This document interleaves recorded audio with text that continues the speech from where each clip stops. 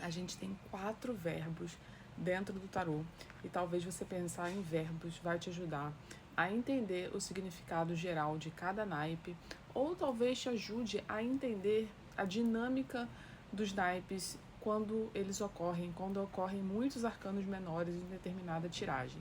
Então, você entendendo essa conversa entre os naipes, talvez você tenha mais clareza e mais assertividade quando você for fazer sua leitura. Então, eu falei dos naipes, certamente você já sabe os naipes de cor e salteado, você já os conhece.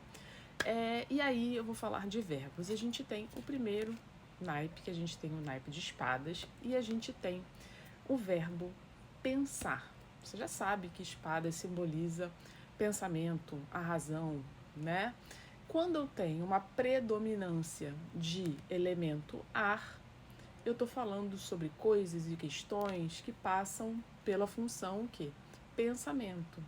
Por que a gente tem uma espada aqui? Porque a espada, ela é um símbolo da razão porque ela faz o corte, ela separa em duas partes, certo? Ela divide o que presta, o que não presta, o que vai ser utilizado, o que não vai ser utilizado.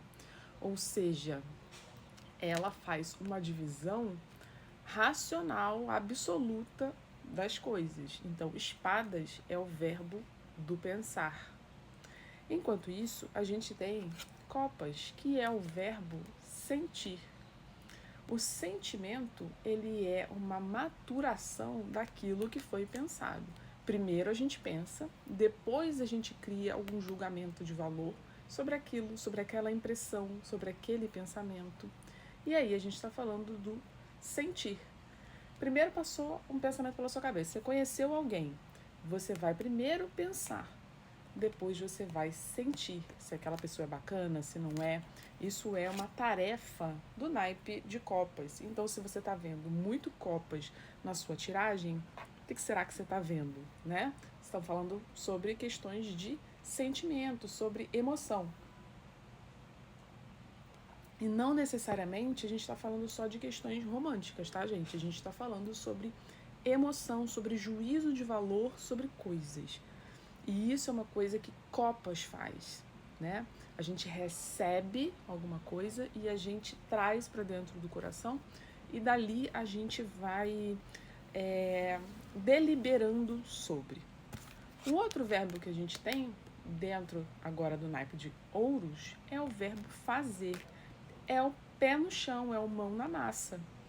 São as coisas que a gente cria, a gente dá forma depois de ter pensado, depois de termos avaliados e criado um juízo de valor, aí nós criamos alguma coisa de fato. A gente dá forma. Então as coisas aqui, elas não são puramente algo dentro da nossa cabeça. Quando a gente tira algo da nossa cabeça ou daquilo que está no éter e a gente traz para a realidade, a gente instrumentaliza muitas vezes.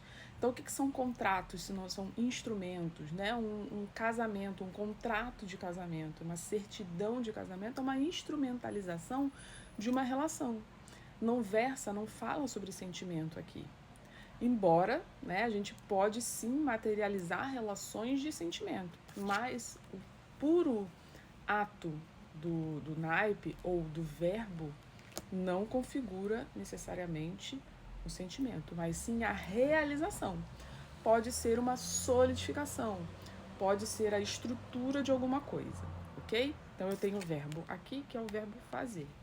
E aqui, em paus, eu tenho o quê? O verbo transcender. O que o elemento fogo faz? Ele transmuta, ele transforma, né, algo em outra coisa. É como um elemento alquímico, o fogo, né, você passar pelo fogo, significa você ser ali, né, purificado, transmutado em alguma outra coisa.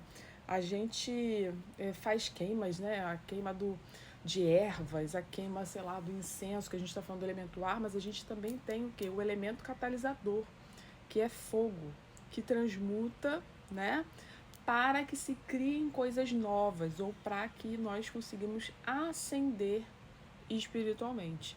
Então, fogo é um elemento muito poderoso porque ele tem essa chave, esse poder de transformar né, uma coisa em outra coisa.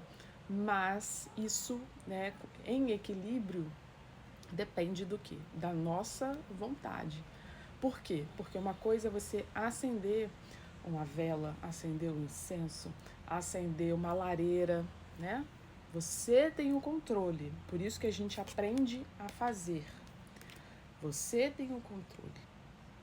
Por quê? Porque se você perde esse controle, se você não sabe manusear esse elemento, ele lambe uma floresta inteira, ele lambe a cortina, ele lambe a sua casa.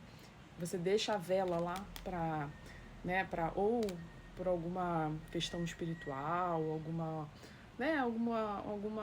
obrigação ou alguma reza, algum culto, e você sai e entra um vento pela janela, derruba a vela, lambe a casa inteira, lambe o altar, lambe tudo. Você vai falar, ai meu Deus, foi espiritualidade. Não, prudência que não teve ao lidar com o elemento, muitas vezes, certo? Então, primeiro a gente desenvolve a nossa razão. O bebê, quando nasce, né, primeiro a gente tem aquele respiro, né? Depois evoca-se o sentimento. Ai, meu Deus, evoca-se o sentimento. Eu lembro que minha filha, quando nasceu, minha filha mais velha, ela nasceu, aí, né, chorou e tudo mais, e ela veio pro meu colinho ainda aquela coisa do chorinho, que tá aqui. Ela tirou do lugar que tava, né, ela foi tirada de um lugar super confortável, e aí ela fez aquele escândalo, é a razão, né, comandando. É claro que a gente tá, né, tô dando um exemplo muito bobo, né? Um bebê, ele não tá ali raciocinando ativamente sobre as coisas. Mas eu primeiro tenho esse input aqui da razão, do esporro. E depois o sentimento, pensa, né? O sentimento após o pensamento, o acolhimento daquele pensar, o acolhimento daquela sensação. Ela estava chorando. Quando eu chamei o nominho dela, ela encostadinha no meu colo, ela parou por 2 segundos. Daqui a pouco ela voltou a berrar de novo. Então aqui eu tô falando de copas. Ó. Opa, mamãe, aquela voz que eu ouvia quando tava lá naquele lugar quentinho. Então a gente primeiro pensa, depois reage a esse pensamento. Depois a gente aprende a viver no mundo material das coisas. A gente aprende a construir, a gente aprende a destruir, a gente aprende a escrever, a gente aprende, né, a fazer coisas para depois transformar coisas.